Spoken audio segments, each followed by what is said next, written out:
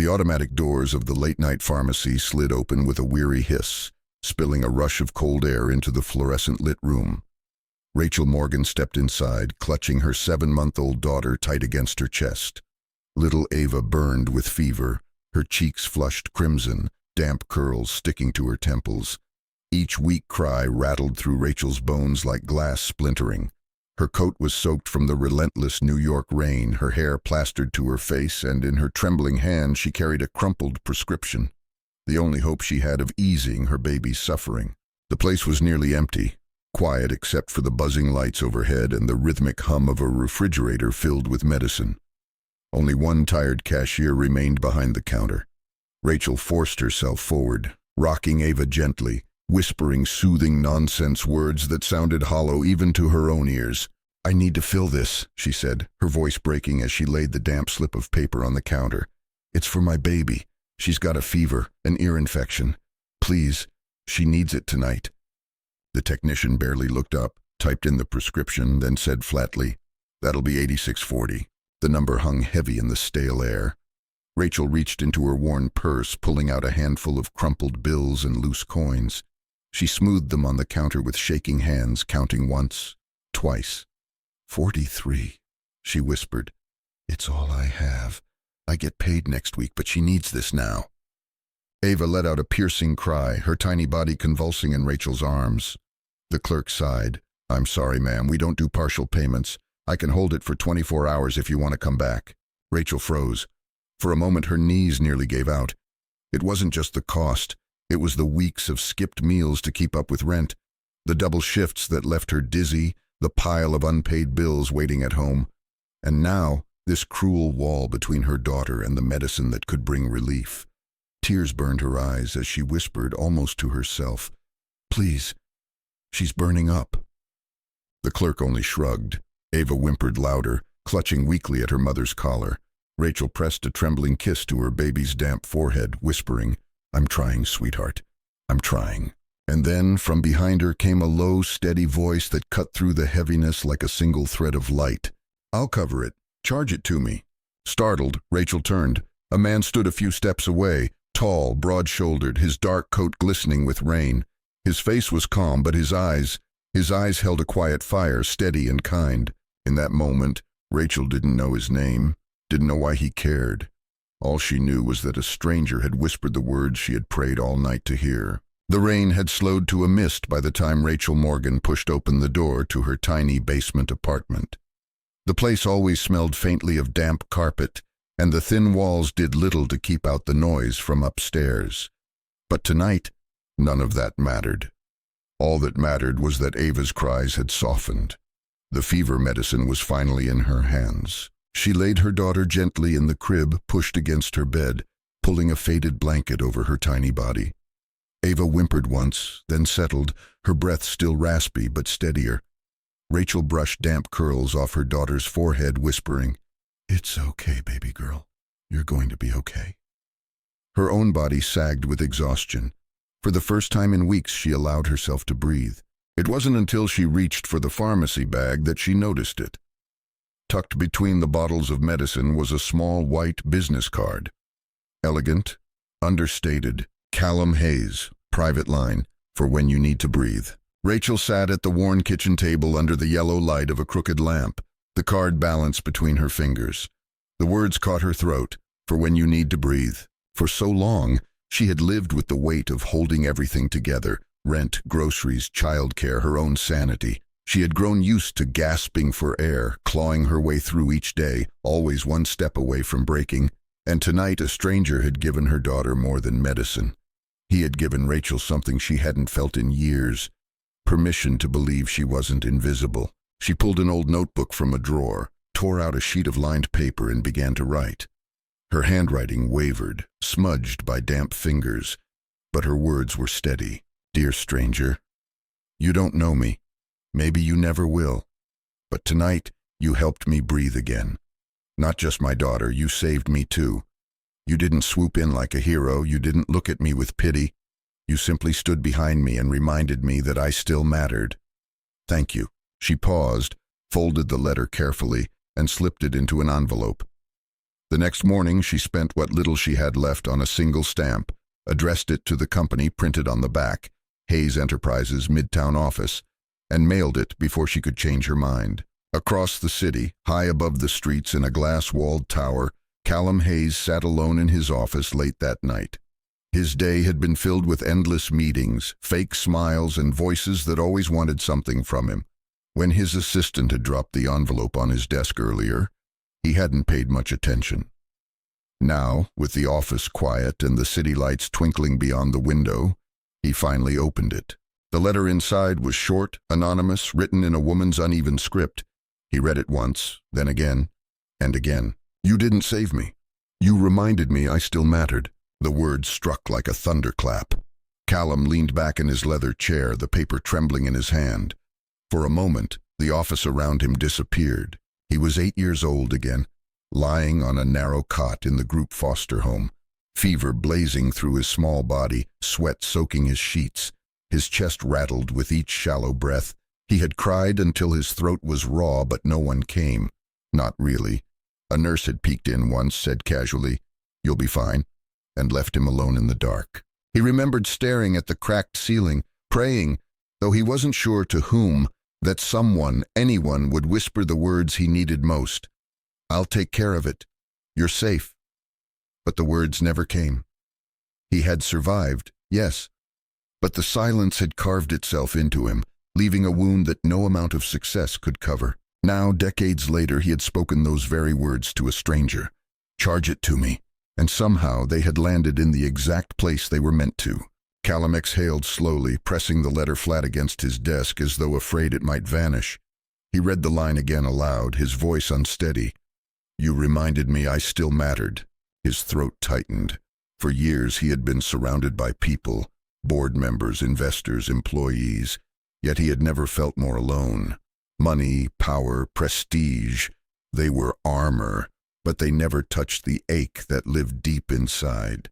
This letter did. He folded it with care as if it were made of glass and slipped it into the worn leather wallet he kept closest to him. Inside were only a few other things. A faded photo of his late mother, the only birthday card he'd ever received as a child, and now this anonymous note from a woman he had helped without even knowing her name. Leaning back in his chair, Callum looked out over the glittering city. He was no longer just the CEO sitting in a penthouse office. For the first time in years, he felt like that small boy again, but not the boy who had been left alone. No, this time he was the man who could finally be what he once needed. And as the rain tapered off into silence, something shifted in him. A weight eased. A wound he had carried for decades began quietly to heal.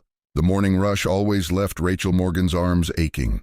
She balanced 2 cardboard trays filled with steaming coffees, a paper sack of breakfast sandwiches dangling from her elbow, and her purse threatening to slip off her shoulder. The revolving doors of Hayes Enterprises' towering headquarters spun her into a gleaming marble lobby where security guards nodded at her like she was invisible. She was just the delivery girl, after all, one of a dozen faces that drifted in and out carrying caffeine for people whose names filled the newspapers. Rachel pressed the elevator button for the 27th floor, where an entire marketing team waited impatiently for their morning fuel. She glanced at her reflection in the mirrored walls as the doors began to close. Her hair was slightly wind-blown. Circles shadowed her eyes from another sleepless night with Ava, and though she had dabbed on a bit of lipstick, she still felt small. At the last second, a hand slipped between the doors. They slid open again, and there he was, Callum Hayes. He stepped inside, navy suit crisp, coat draped neatly over one arm. The very picture of composure, as if rain or exhaustion had never touched him. For a heartbeat, Rachel froze, her stomach tightening. She thought he wouldn't notice her, that she would fade into the corner like she always did. But when his eyes met hers, his expression shifted instantly from neutral to warm. "Rachel," he said, his voice carrying both surprise and relief. "Didn't think I'd see you again. I'm glad I did." Her breath caught. "He remembers me." You remember?" She managed, her voice low. He smiled, softer now. "I don't forget faces, especially not ones I've worried about." The elevator hummed upward, silent except for the faint whir of machinery. Rachel looked down at the tray of coffees in her hands, her throat tightening. "I'm just making deliveries," she whispered, suddenly self-conscious. "And I'm just riding an elevator." he replied easily. No pretense, no grand gesture, just words that eased the weight pressing down on her chest. When the doors opened, he stepped aside, gesturing for her to go first. Then before she could slip away, he asked gently, "Would you join me for a cup? Just 5 minutes, no strings. I owe you at least that much." Rachel hesitated. The coffees in her hands were on a deadline. Her boss would fume if she lingered. And besides, she wasn't sure she could bear sitting across from him. Not when her blouse smelled faintly of baby formula and her shoes had lost their shine years ago. "You don't owe me anything," she said quietly. "It's not charity," he assured her, his tone patient. "Just gratitude for letting me help that night." She shook her head, forcing a polite smile. "I really should get these upstairs." He nodded, no disappointment in his eyes, just understanding. "Of course, maybe next time." She slipped out of the elevator, heart racing, and forced herself to focus on her task.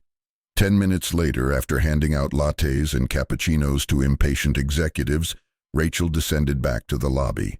But as she reached the glass doors, something tugged at her chest. She paused, staring at the cafe tucked into the corner of the building. Her feet carried her inside before her mind could catch up. She ordered a plain black coffee, simple, strong, the kind of thing she imagined a man like Callum might appreciate. At the counter she grabbed a napkin, her hands trembling as she pulled a pen from her purse. She thought about that night in the pharmacy, about the way his words, "Charge it to me," had cut through her fear like light through fog. She thought about the business card he had left behind, the quiet message written on it, "For when you need to breathe." Carefully she wrote on the napkin in her neat, slanted handwriting, "You helped me breathe. Maybe today this helps you pause." No signature, no explanation, just truth. She folded the napkin, slid it under the cardboard sleeve of the coffee cup, and carried it to the front desk. "This is for Mr. Hayes," she told the receptionist, her voice barely above a whisper. Then she walked out the revolving doors and into the morning light before she could lose her nerve. An hour later, Callum returned from a meeting to find the cup waiting on his desk. He frowned slightly, puzzled. The receptionist explained a young woman had dropped it off, and immediately his chest tightened with recognition. He picked up the cup, fingers brushing over the faint warmth still clinging to the cardboard. Then he noticed the napkin tucked beneath the sleeve. He unfolded it slowly, and when he read the words, his practiced CEO mask cracked. "You helped me breathe. Maybe today this helps you pause." Callum's lips curved into a smile. Not the polite, rehearsed smile he used in boardrooms, but something softer, something private. He set the cup down, the napkin still open in his hand. In a world where every gesture toward him came with hidden motives, envy, expectation, advantage, this was different. There were no strings attached, no agenda, just a quiet reminder that kindness could echo back in unexpected ways. He read the words again, his throat tightening the same way it had when he first opened her letter. For years he had been a man who never paused, who filled his days with meetings and deals so he wouldn't feel the silence pressing in. And now, here was this simple cup of coffee, carrying with it the gift of stillness. Carefully, he folded the napkin and slid it into the drawer of his desk, the same drawer where he kept only the most personal things, a watch from his late mentor, a faded photo of his childhood dog, the anonymous letter Rachel had written after the pharmacy night. Now this joined them, a tiny scrap of paper yet heavier than any contract he'd ever signed. Callum lifted the coffee, took a slow sip, and let the world fall quiet around him. For the first time in years, he allowed himself to pause, and it was enough. The scent of cinnamon and vanilla drifted through the wide hallway, mingling with the sweet sound of children's laughter. The small community center sat on the edge of Brooklyn, its paint chipped in places but alive with the noise of play. Inside, Rachel Morgan crouched near a row of tiny coat hooks, balancing a container of homemade cookies. Each one was decorated with careful icing, hearts, stars, teddy bears, made in the quiet hours after Ava had fallen asleep. Her blonde hair was tied back in a messy bun, a few strands loose around her face. There was no makeup, just exhaustion softened by an undeniable glow. Despite the circles under her eyes, Rachel's smile lit the room as she passed out cookies one by one. "Don't forget to share," she teased gently, crouching to a boy with frosting on his nose. When another child tripped nearby, Rachel reached out instantly, brushing dirt from the girl's elbow and kissing the scrape as though it were her own child.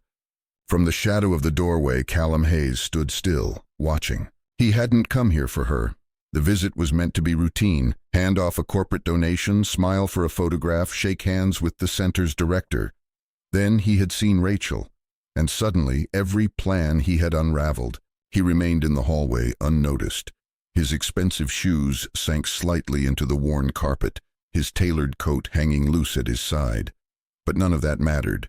His eyes were fixed only on her. She didn't know she was being watched. There was no audience, no applause, just Rachel surrounded by sticky fingers and giggles. She laughed when one toddler offered her a half-eaten cookie. She hummed a lullaby under her breath as a little girl climbed into her lap uninvited, curling against her chest as if it were the safest place in the world. "She doesn't even know," Callum whispered to himself. "She doesn't know she's healing people." It wasn't just the way she handed out cookies or bandaged small hurts. It was the way she remembered each child's name, the way her eyes softened when they tugged her sleeve, the way she gave everything without expecting anything in return. For Callum, who had grown used to grand gestures, staged charity galas, and donations meant to buy recognition, this was something entirely different. This was sacred, real. When the last cookie had been passed out and the children grew quiet with full mouths, Rachel stood to gather napkins and paper wrappers. As she moved, something slipped from the pocket of her cardigan and floated silently to the floor. A tiny folded star made of ordinary paper. Callum waited until the front door closed behind her before stepping forward. The children barely noticed him, too busy with crumbs and chatter. He bent down, lifting the star carefully into his hand. It was creased and delicate, edges worn from being carried. On the inside, written in soft blue ink, were words that stopped him cold. "I may not have much, but I still have love to give." Callum exhaled slowly, his chest tightening. In his world, people spoke constantly about what they owned, what they earned, what they deserved. Everything had a price tag, a return on investment.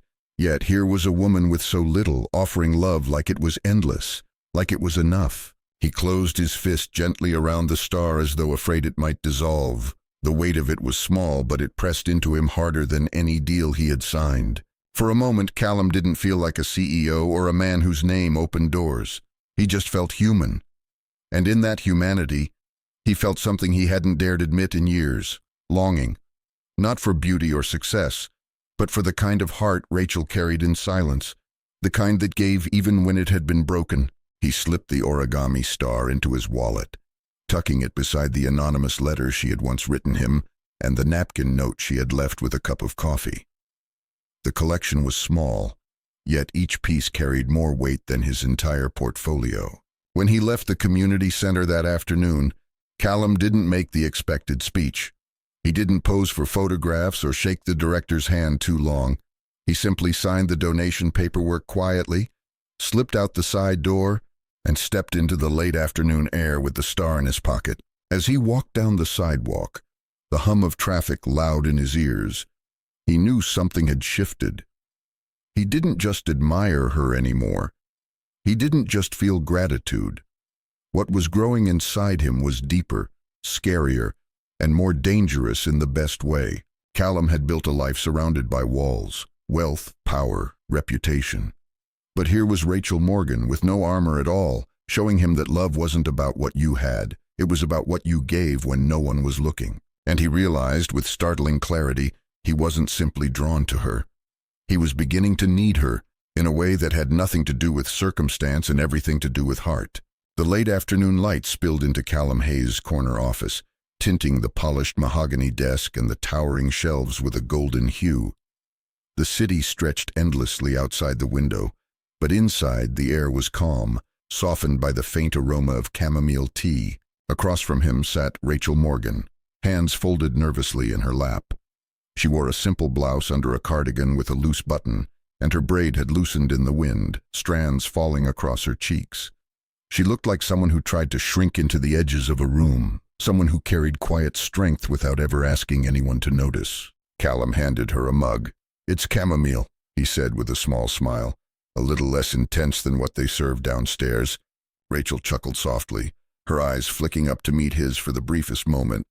"You read me well. Would you like to sit by the window?" he asked, nodding toward the cushioned bench built into the corner. "It's where I go when I need to think." She hesitated, then nodded. Together they moved toward the window, the city buzzing silently below them. For nearly an hour they talked, not about money or success or the things people usually wanted from Callum. Instead, Rachel spoke about Ava, about how her daughter had started humming odd little sounds that almost resembled singing. She described the way Ava's laugh could brighten even the darkest night.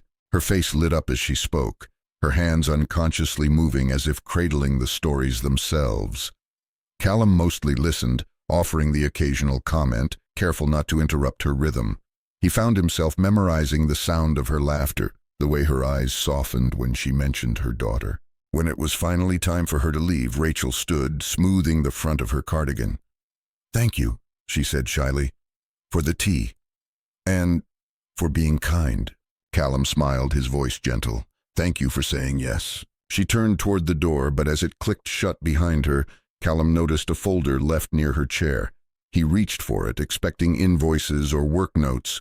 Instead, his breath caught. Inside were delicate pencil sketches, children playing, a mother holding her baby, little Ava's curls captured in careful strokes. But one drawing stopped him cold.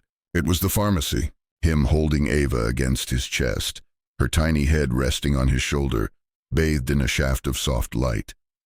Beneath the sketch, in Rachel's quiet handwriting, were the words, "You became someone's safe place, maybe without even knowing." Callum froze, the paper trembling in his hand. For a long moment he didn't move. He stared at the drawing until the lines blurred, his throat tightening. For years he had lived behind walls, steel and glass, numbers and contracts.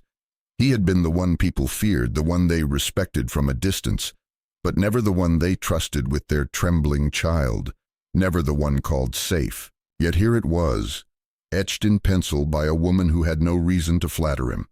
A truth captured on paper, that for one fragile night, in the hum of a pharmacy lit by buzzing lights, he had been what he once needed most as a boy. His chest ached. Carefully he closed the folder, but the image stayed with him, burned into the edges of his heart.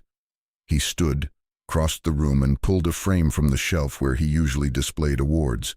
Sliding the drawing inside, he placed it on his desk, not as decoration but as a reminder. Later that night, as the city darkened and the office emptied, Callum sat at his desk staring at the framed sketch.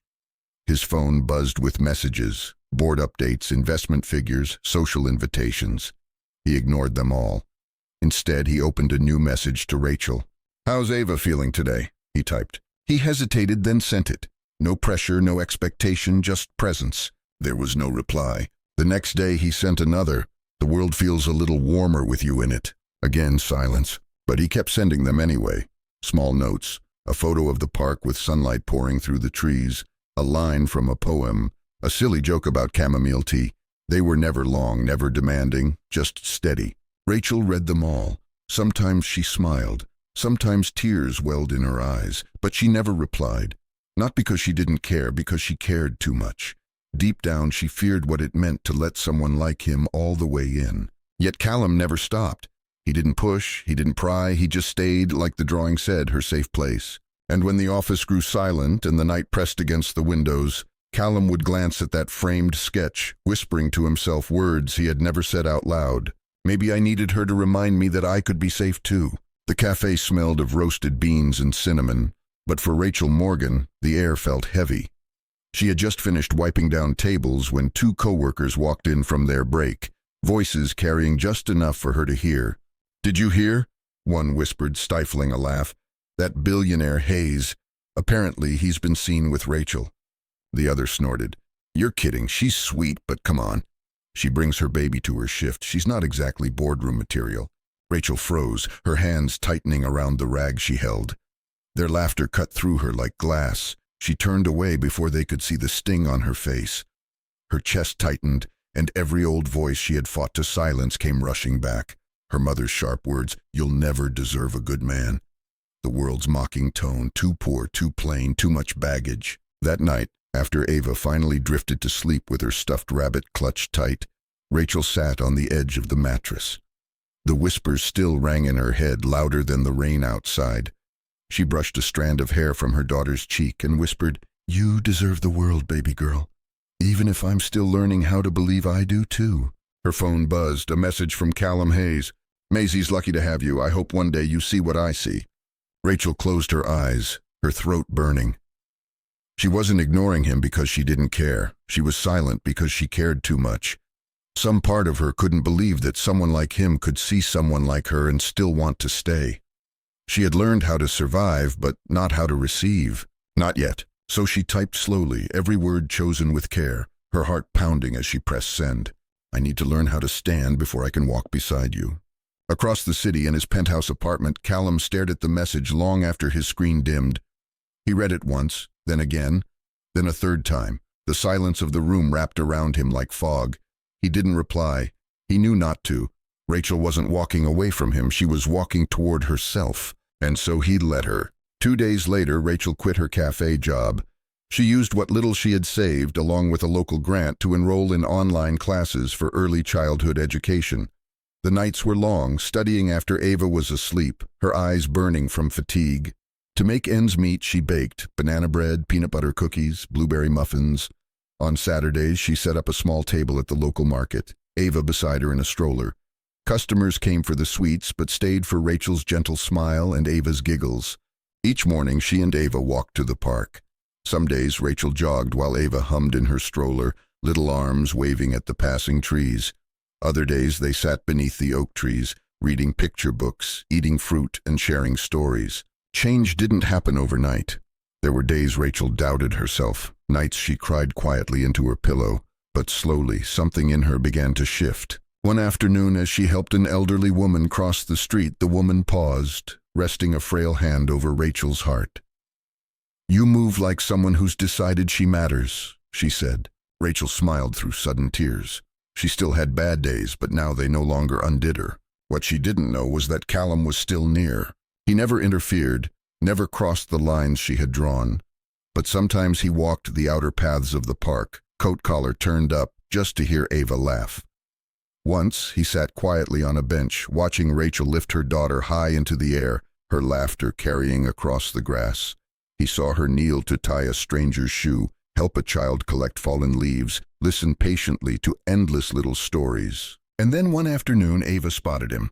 The toddler sat up in her stroller, eyes wide, pointing straight at him. "Safe!" she squealed, bouncing with recognition. "Safe!" Rachel froze, following her daughter's gaze. Her heart stuttered when she saw Callum standing across the park. Ava wriggled until Rachel lifted her, and together they walked toward him. "She calls you that," Rachel said softly, her voice trembling with something she couldn't name. "In her sleep. When she's upset, she murmurs safe and calms down." Callum's throat tightened. He reached for Ava hesitantly, and she leaned into his chest without fear, curling into him as if she had always belonged there. "I thought I was just a stranger," he whispered. "Not to her," Rachel replied. Wind brushed through the trees around them. Ava's small voice mumbled again against his shoulder. "Safe." Rachel's eyes softened. Even if she was just a baby, she remembers that night. She remembers the man who stepped in when no one else did. Callum looked down at Ava, then back at Rachel. His voice was quiet but steady. "I just wanted her to breathe." Rachel shook her head gently, tears stinging her eyes. "You did more than that. You gave her something before she had words for it. A place, a person. She never forgot, and neither did I." For a long moment, none of them moved. Callum carefully handed Ava back, his eyes holding Rachel's. "I'm proud of you," he said softly. "You didn't just stand up. You rose." Rachel's lips trembled into a small smile. "I had someone remind me I was worth the effort." They stood like that in the fading light, not as a man and a woman divided by worlds, but as two people who had carried brokenness and somehow found a way to make it sacred. And then they walked in opposite directions, not because they were drifting apart, but because sometimes, even after someone sees you, you still need to finish becoming the person you want to be when they do. As Rachel carried Ava home, the little girl stirred in her mother's arms, whispering again in her sleep. Safe. And this time, Rachel didn't just hear her daughter. She felt it in her own chest. Callum hadn't just helped them survive. He had reminded them that they were worthy of being saved in the first place. The ballroom shimmered beneath a canopy of soft lights.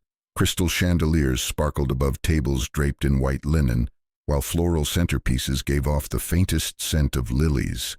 A banner stretched across the stage, its bold letters reading, "Mothers Rising, a night to honor resilience." Backstage, Rachel Morgan stood with damp palms clutching a note card she had rewritten 5 times. Her heart hammered against her ribs. She had never spoken before an audience like this. Volunteers, donors, community leaders, faces that seemed a world away from her basement apartment, from nights whispering to Ava in the dark. The invitation had nearly gone unanswered.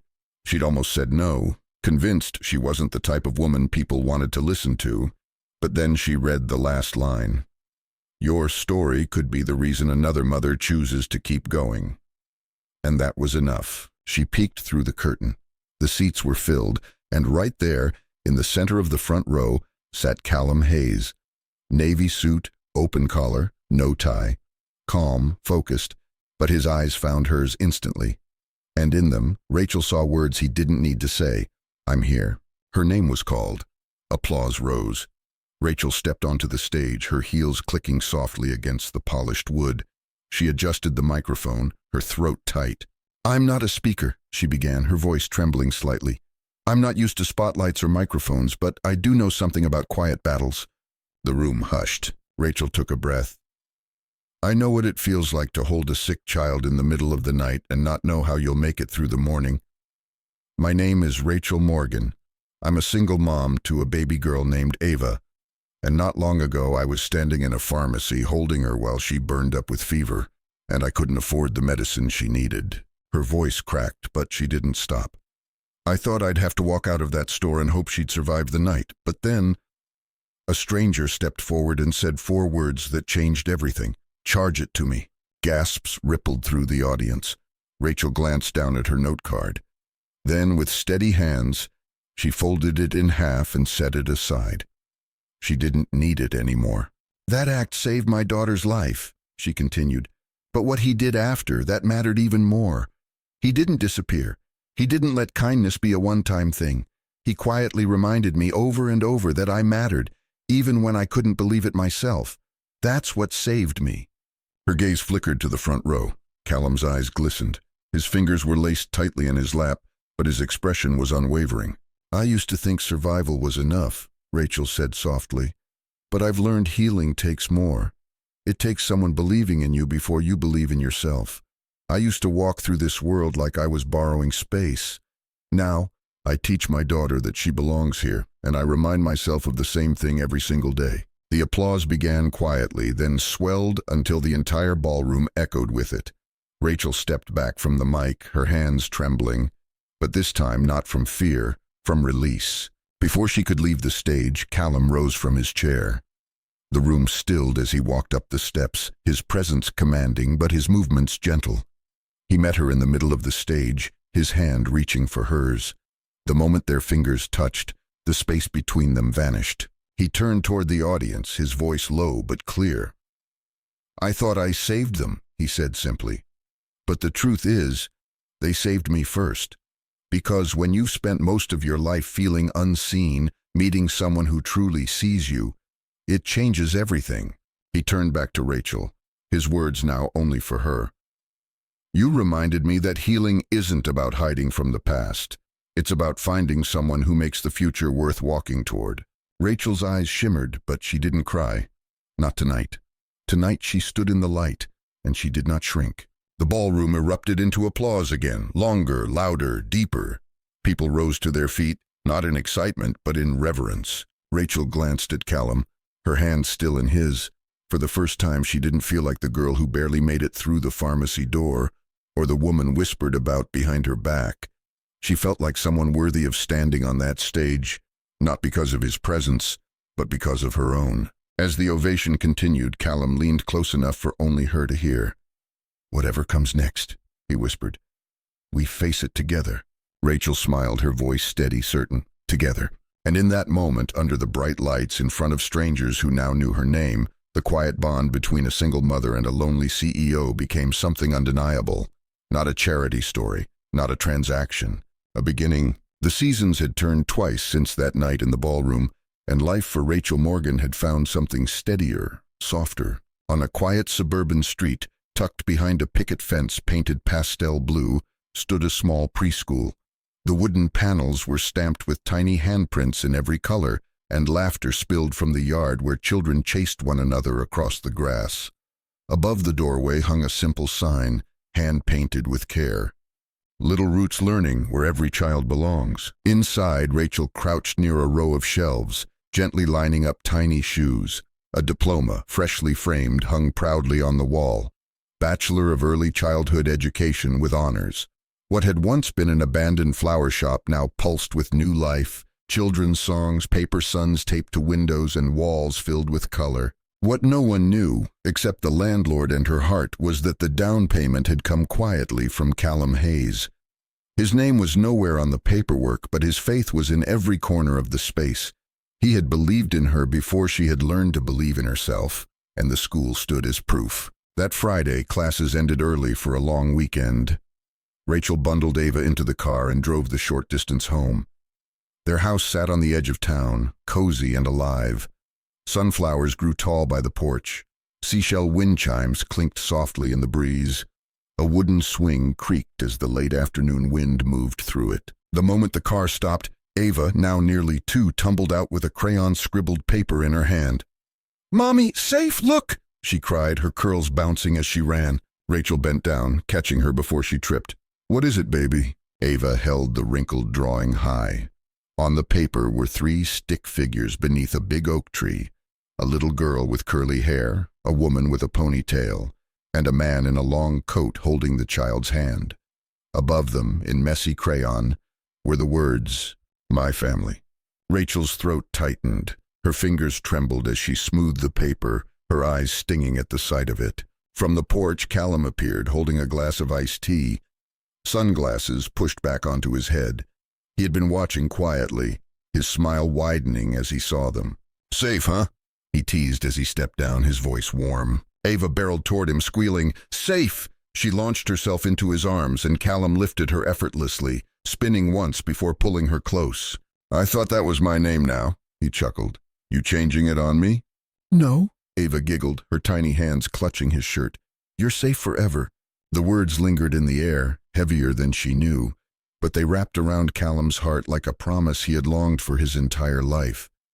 He pressed a kiss to the top of her curls and whispered, almost to himself, "Maybe I wasn't saved back then because I was meant to be someone's safe place now." Rachel stood a few feet away, the drawing still in her hands. The breeze caught the hem of her dress, sunlight glinting in her hair, turning it to gold. She couldn't speak. She didn't need to. She walked forward and wrapped her arms around them both. For the first time in her life, she wasn't holding on just to survive. She was holding something whole, something real, something hers. The porch swing creaked gently behind them as the wind shifted. The seashell chimes sang softly. And in that quiet, Rachel realized something she had never dared believe. She wasn't alone anymore. Not everyone who needs help is weak, and not everyone with wealth is strong. But sometimes when 2 hearts that have been quietly breaking finally find each other, a family can be built from the pieces. And all it takes is one act of kindness, one whisper on a desperate night, "Charge it to me." Life rarely turns out the way we plan.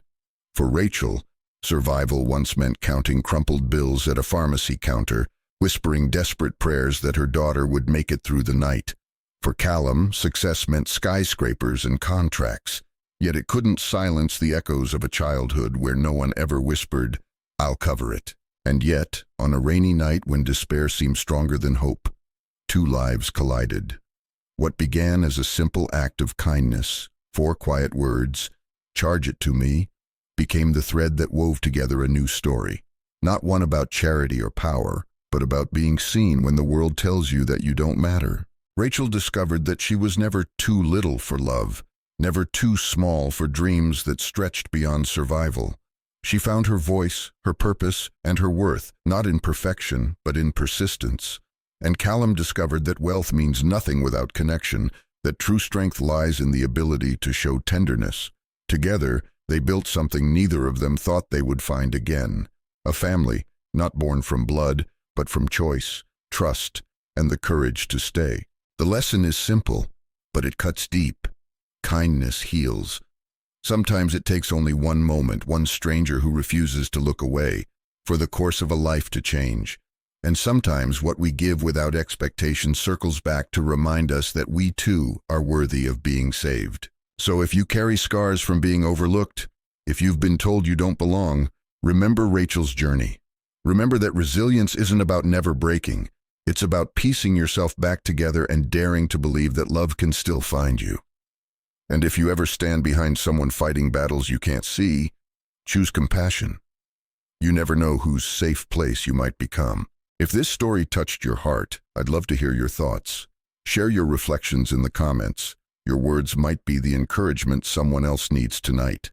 Don't forget to like, share, and subscribe to Soul-Stirring Stories, where we bring you powerful tales of resilience, love, and second chances. Because sometimes one story is all it takes to remind us that miracles are real and that no one is ever truly alone.